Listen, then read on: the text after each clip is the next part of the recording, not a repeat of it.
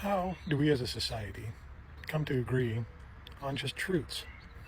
It's something we talked about in our latest episode of the Dan and Cam podcast, a short version of a candid conversation that came out today.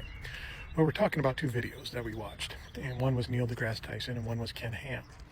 And in Neil deGrasse Tyson's video, he's talking about what scares him the most, and it's a scientifically illiterate people that rise to power and then start passing laws on things that don't hold up in the real world. Their ideologies, their beliefs that they start casting everything upon.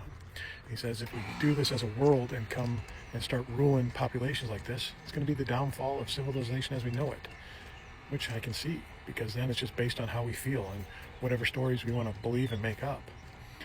And then you go to Ken Ham's video and he's sitting there trying to avoid and deflect from a straight-on question and then shift the blame onto the other person because he's projecting his own insecurities onto that person.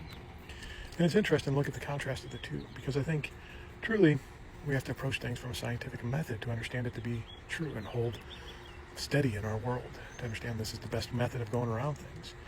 And I understand that there are some scientific people that hold their evidences and truths as ideologies and are afraid to change and waver from what they believe. And I think the key in there is that a truly scientific mind is willing to be wrong, willing to change and adapt to whatever evidence is put before them. And that's where the truth will come out, because you have to be flexible.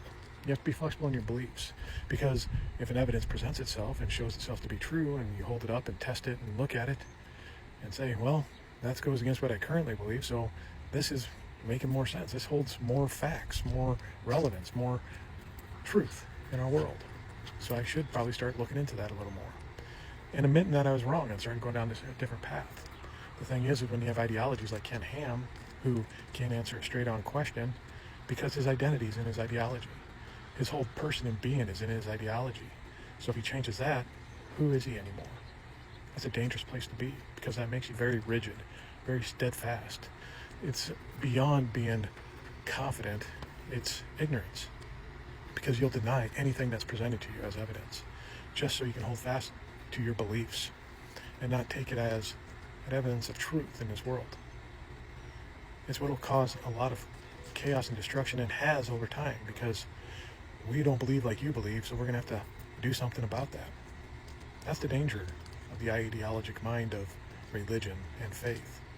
If you're not willing to change, if you're not willing to examine, if you're not willing to test it, to see how it holds up, and compromise and change and support and find truths in what's evident to you, you're going to hurt a lot of people on the way.